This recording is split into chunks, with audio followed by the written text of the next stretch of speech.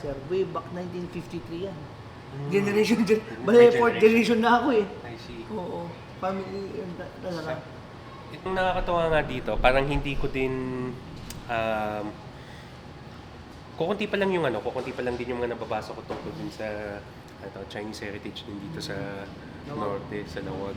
Dahil kasi yung pinakamalaki kasi na settlement na alam ko is kung hindi dito sa Maynila, doon pa sa Cebu, mga ganun. Pero it's so nice to see na parang kahit nasabihin natin saan ka mapunta ang anong parte ng Pilipinas pa.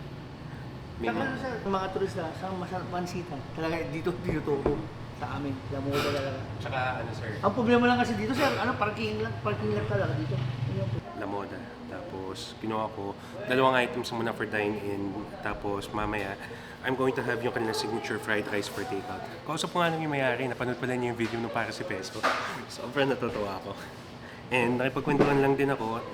What fascinates me kasi, just to give you a little bit of context, ito kasing sila Moda, tinayo kasi siya at the time na nagkaroon ng Chinese settlement dito sa Lawag.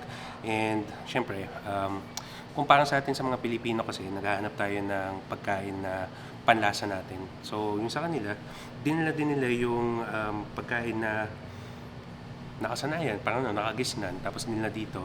And it has become a generational restaurant, legacy restaurant, dahil as of this time, sinasar na kasi would be the fourth generation na nag-handle na ng restaurant.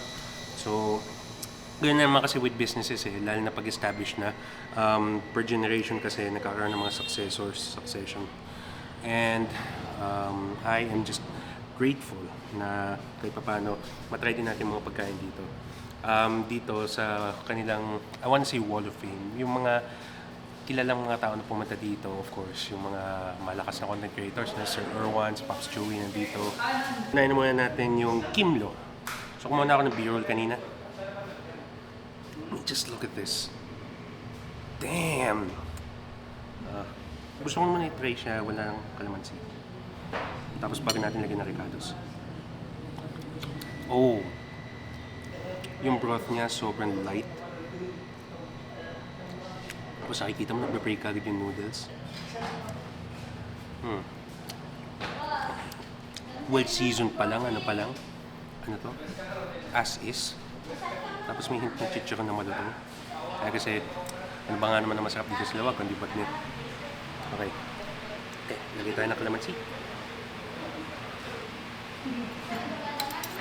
Halo ng konti ng sabaw.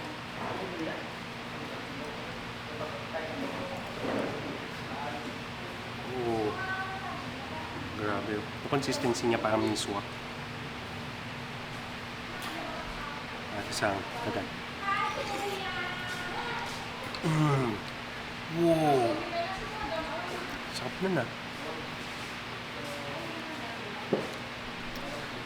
Grabe.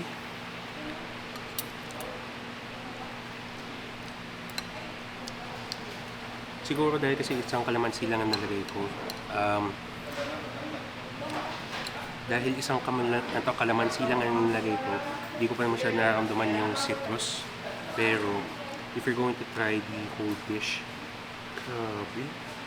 It has everything. It has crunch, it has noodles, it has the savoriness. Tapos, it has a very light broth. Akala mo dahil kasi may pork na at lahat magiging masebo, maraming heavy yung sabaw. Dito hindi. Oh, it's good. Tayo niyo isa pa. Agad para sa inyo. Crunchiness pa ng bag na to. Panalo yun. Kaya, dahil meron na nakalagay na chili dito. Mabisa ito. Ay, nang ano ba yung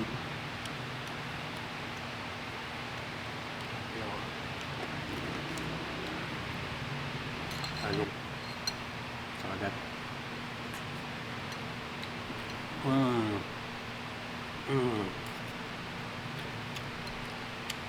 Wow.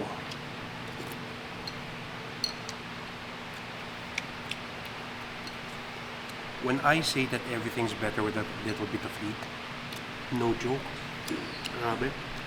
Masarap na siya. Tapos yung epekto ng chili garlic, in-accent lang niya further. Parang ganun. Ito siya piece by piece.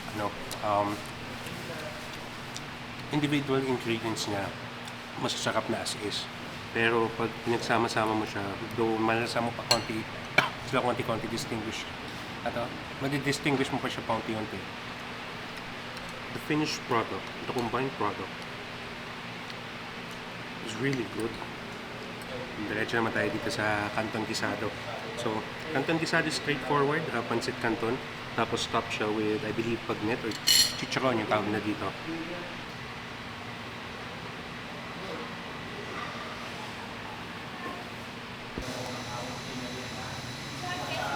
Wow! Noodle pool. Okay, sa kagat.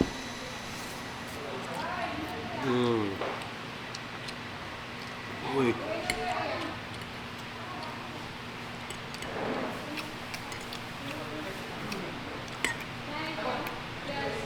Grabe yun.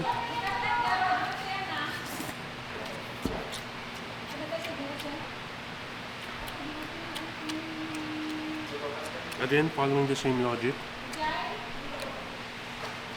individual flavors ay masarap na siya by itself.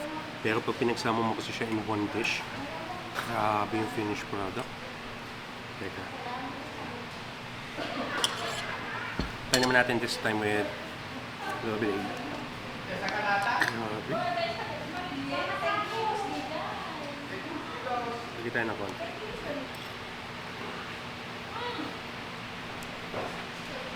Sa agad.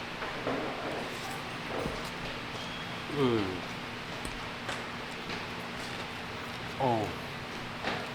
Damn.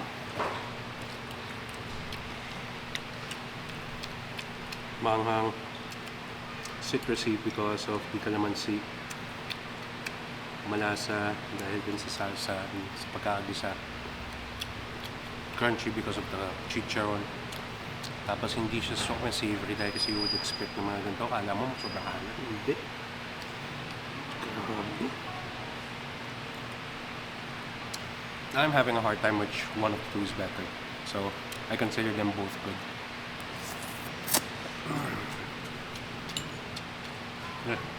Paano ba? Abusin ko naman ito. Balikan ko kayo. This is just too good.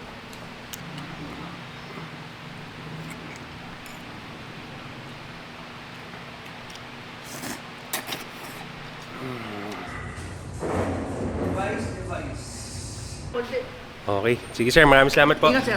Until next time sir. Welcome, sir. Mga kalamon, alam nyo na pag nagawi kayo ng lawag, Yes. lamoda. Lamoda. Yes, sobrang panalo yan. Salamat po sir, salamat Okay, po sa sir. ulitin. Okay, nirecommend sa akin ni sir, try ko daw yung empanada. So ngayon, we're gonna do that. Ang nirecommend niya sa akin na puntahan would be Elvis. So, we're gonna go there.